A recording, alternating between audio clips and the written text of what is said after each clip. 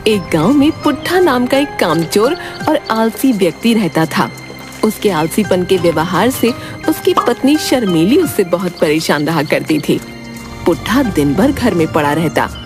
एक दिन पुट्ठा आराम से चारपाई पर लेटा हुआ था, तभी उसकी पत्नी शर्मीली खेतों में काम करके थकी हारी घर आई। पुट्ठा को आराम करता देख उसका गुस्सा 7वें आसमान पर पहुंच गया। शर्म तो आती नहीं है, दिन भर घर पर पड़े रहते हो, ये नहीं कि खेतों में अपनी पत्नी का हाथ बटा लिया करो। ये कैसी बातें करती हो शर्मीली तुम? तुम तो जानती ही हो कि ये छोटे मोटे काम मेरे लिए नहीं बने, मैं कुछ बड़ा करने के लिए बना हूँ। हाँ, बड़े रणवीर कपूर बनते फिरते हो, छोटा सा काम तो होता नहीं है और बातें इतनी बड़ी बड़ी, निठल्ले कहीं के। पूरे गांव में मेरी नाक कटा के रखी तुमने। जब मैं अमीर हो जाऊंगा ना, तब यही गांव वाले तुम्हें सेठानी सेठानी कहकर बुलाएंगे। हाँ, फिलहाल तो मुझे नौकरानी नौकरानी कहकर बुलाते हैं। एक तो तुम कोई काम करते नहीं हो, ऊपर से गांव का ऐसा कोई भी व्यक्ति तुमने नहीं छोड़ा जिससे तुमने उधार ना लिया हो। मैं तो तुम्हारी उधारी देते देते तंग आ गई हूँ। बस मुझे तुम्हारी यही बात बहुत बुरी लगती है शर्मीली, हाँ, कि तुम आते ही पूरा घर सर पर उठा लेती हो। तो क्या करूँ, तुम ही बताओ ना, क्या करूँ मैं? मुश्किल से हमारे पास 2 बीघा जमीन है और 2 बैल हैं। खेतों पर मैं अकेली काम करती हूँ। जब मैं देखती हूँ खेतों में और व्यक्ति कितनी मेहनत से काम करते हैं और उनकी पत्नी उनका हाथ बटाती है, लेकिन यहाँ तो मामला उल्टा ही है।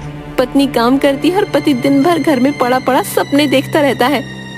शर्मीली की बात सुनकर पुट्ठा बेशर्मी से हंसता हुआ बोला, अरे बस भी करो शर्मीली, मुझे बहुत तेजी से भूख लग रही है, जाओ जाकर जल्दी से खाना बना दो। हाँ। पुट्ठा की बात सुनकर शर्मीली ने आटे का खाली कनस्तर जमीन पर पटक दिया और चिल्लाकर बोली, खाने को बनाओ, घर में खाने को कुछ है क्या जो तुम्हारे लिए खाने को बनाऊं? 2 दिन से घर में राशन पानी का एक दाना नहीं है, लेकिन तुम्हें इसकी फिक्र है क्या? लेकिन परसों तो मैंने तुम्हारे पास देखे थे। और मोहन साइकिल वाले से तुमने पैसे उधार लिए थे, उसका ध्यान नहीं है? तुम्हें कल सारे पैसे मैंने उसे दे दिए। उसे पैसे देने की क्या जरूरत थी? मैं उससे थोड़ा और वक्त मांग लेता। घर आकर तुम्हें पीटने की धमकी दे रहा था, और अब भला मैं तुम्हें घर पर पिटता हुआ भी देखूं? तुम्हें तो कोई शर्म है नहीं। तुम्हें क्या लगता है कि मुझ में भी कोई शर्म नहीं है? अगर तुमने जरा सी भी शर्म बची है तो जाओ जाके कुछ काम करो, ताकि शाम के वक्त हमारे घर पर चूल्हा जल जाए।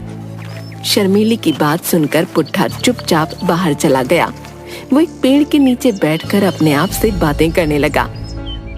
अरे अब मेरी इस बेवकूफ पत्नी को कौन समझाए? इस गांव में भला मुझे कौन काम देगा? किसको टोपी पहनाऊं? हाँ, एक काम करता हूँ, गांव के जमींदार के पास जाकर कुछ पैसे उधार ले आता हूँ। ये कहकर पुट्ठा उठा ही था कि अचानक उसे कुछ याद आ गया।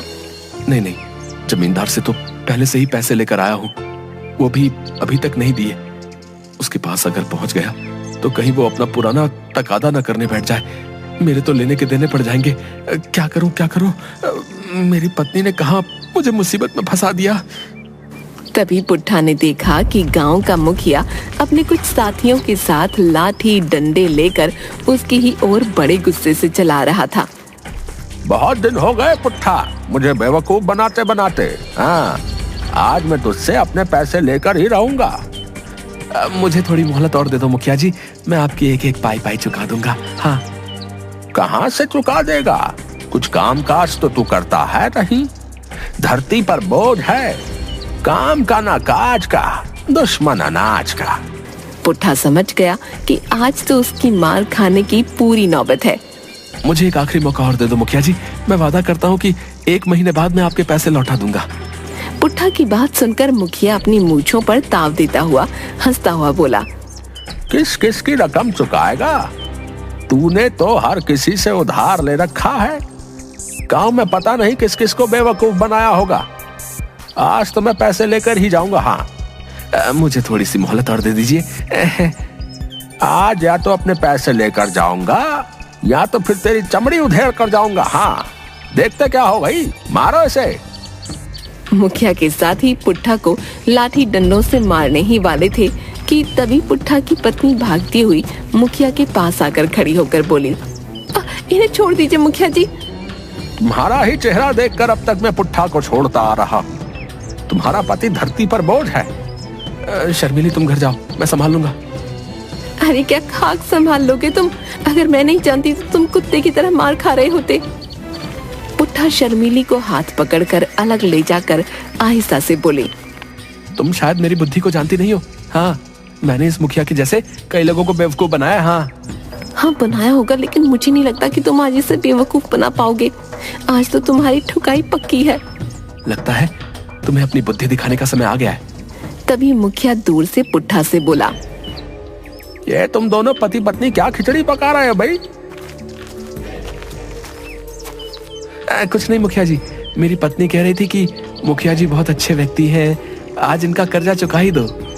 तेरी पत्नी तुझसे ज्यादा समझदार है पुट्ठा। हाँ देखो मुखिया जी, पैसे तो मेरे पास है नहीं, लेकिन मेरे पास 2 मोटे मोटे बैल हैं। मैं आपको एक बैल दे देता हूँ। जब मेरे पास पैसे हो जाएंगे तो मैं आपको पैसे देकर अपने बैल वापस ले लूंगा। मुखिया कुछ सोचता हुआ बोला, अब तूने बात पते की कही है पुट्ठा। मुखिया पुट्ठा का एक बैल ले गया। पुट्ठा ने खुश होकर शर्मिली से कहा, देखा अपने पति का दिमाग, एक बैल का मुखिया क्या करेगा बेवकूफ कहीं का। बेवकूफ वो नहीं तुम हो। वो कैसे? अरे तुम एक बैल से क्या खेत जोत लोगे क्या? एक बैल हमारे किस काम का है? हे भगवान, मेरी तो किस्मत ही फूट गई। ऐसा निकम्मा और मूर्ख पति तूने मुझे क्यों दिया? ओहो, ये तो मैंने सोचा ही नहीं। अब क्या करूं? मुझे कोई मतलब नहीं है, मुझे मेरा बैल चाहिए। लेकिन वो तो मुखिया ले गया। कोई बात नहीं, दूसरे बैल की जगह तुम काम करोगे। एक बैल से खेत नहीं चलता, और जब खेती नहीं हो पाएगी तो फसल नहीं हो पाएगी, और जब फसल ही नहीं होगी तो हम उसके पैसे कहाँ से चुकाएंगे? दे देकर बड़ी मुश्किल से कुछ पैसे जमा कर करके बीज लेकर आई थी। अब भला इन चीजों का मैं क्या करूंगी? इतना कहकर शर्मिली वहां से चली गई।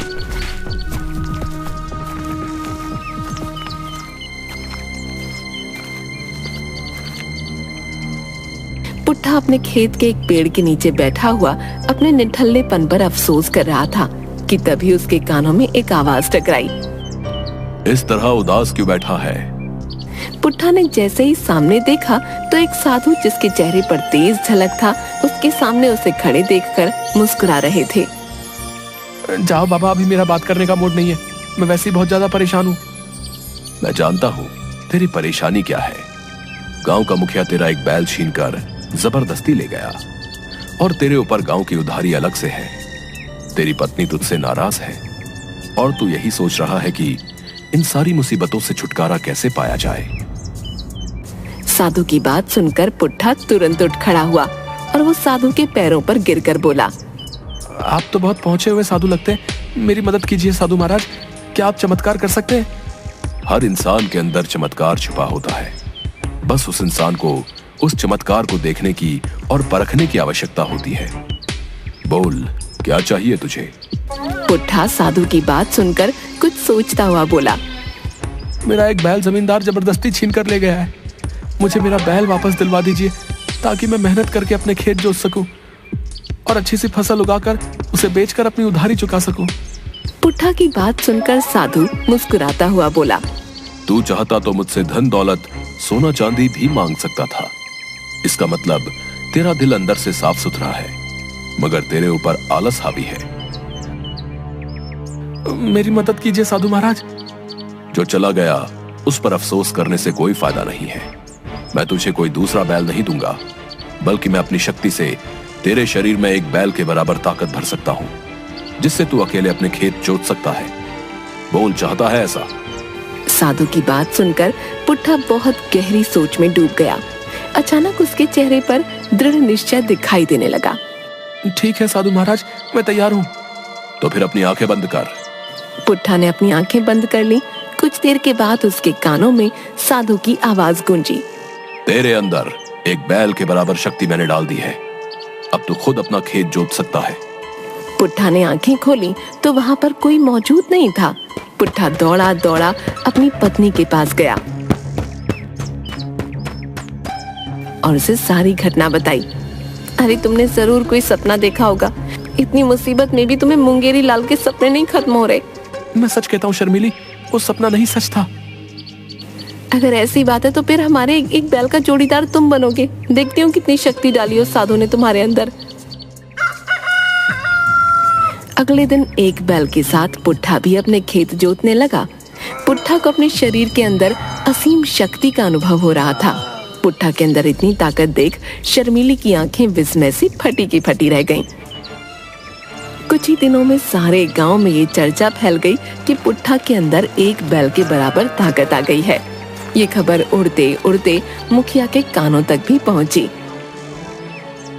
मुखिया अपने साथियों की ओर देखकर बोला, क्या ये सच है कि पुट्ठा के अंदर एक बैल के बराबर ताकत आ गई है?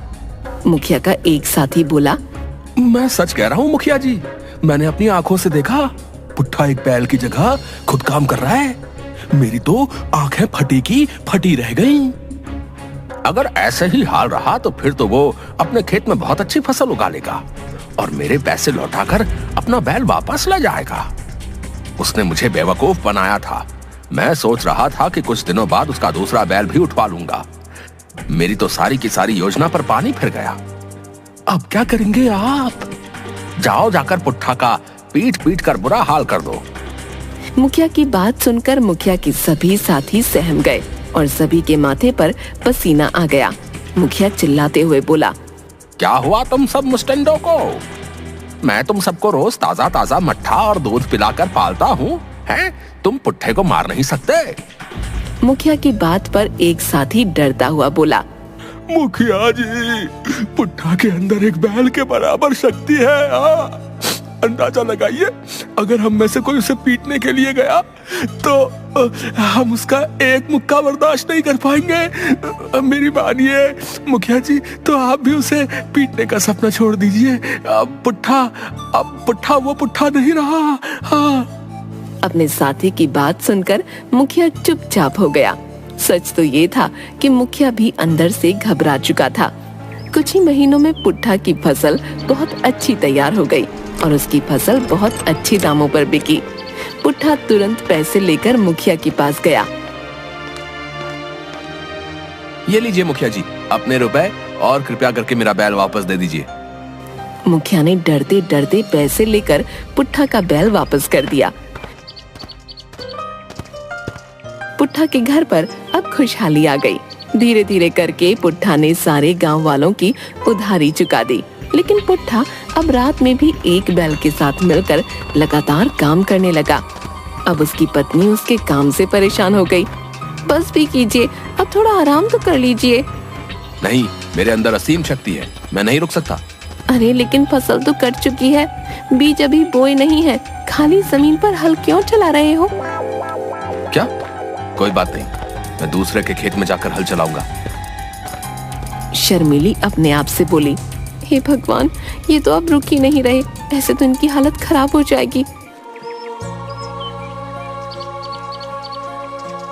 शर्मीली एक दिन उसी पेड़ के नीचे उदास बैठी थी कि तभी वही साधु फिर से प्रकट हो गए। क्या हुआ बेटी, क्यों उदास बैठी हो? पुट्ठा की पत्नी हाथ जोड़कर उन साधु के सामने खड़ी हो गई। मेरे पति को एक चमत्कारी साधु ने एक बैल के बराबर शक्ति दी थी बाबा, मगर अब वो रुक ही नहीं रहे, लगातार काम कर रहे हैं। शर्मीली की बात सुनकर साधु हंसते हुए बोला, मैंने ही वो शक्ति दी थी। लगता है एक बैल की जगह 2 बैल की शक्ति दे दी उसे। कुछ कीजिए ना साधु महाराज, ऐसे तो मेरी हालत खराब होती जा रही है। मैं खाना बनाते बनाते तंग आ गई हूँ। वो पूरे 10 आदमियों का खाना एक वक्त में खा रहे हैं। जैसी तुम्हारी इच्छा बेटी। इतना बोलकर साधु ने एक चुटकी बजाई और वहाँ से गायब हो गए। पुट्ठा फिर से सामान्य हो गया, लेकिन अब वो मेहनती बन चुका था। अरे थकावट सी हो रही है, थोड़ा आराम किया जाए। ए शर्मिली, सुन जरा पानी ला इधर। पेड़ के नीचे बैठकर शर्मिली ने पुट्ठा को पानी पिलाया। अब आप कैसा महसूस कर रहे हो? अब तो हर साल अच्छी फसल उगानी है। चलो अभी घर चलकर आराम किया जाए पहले। हाँ।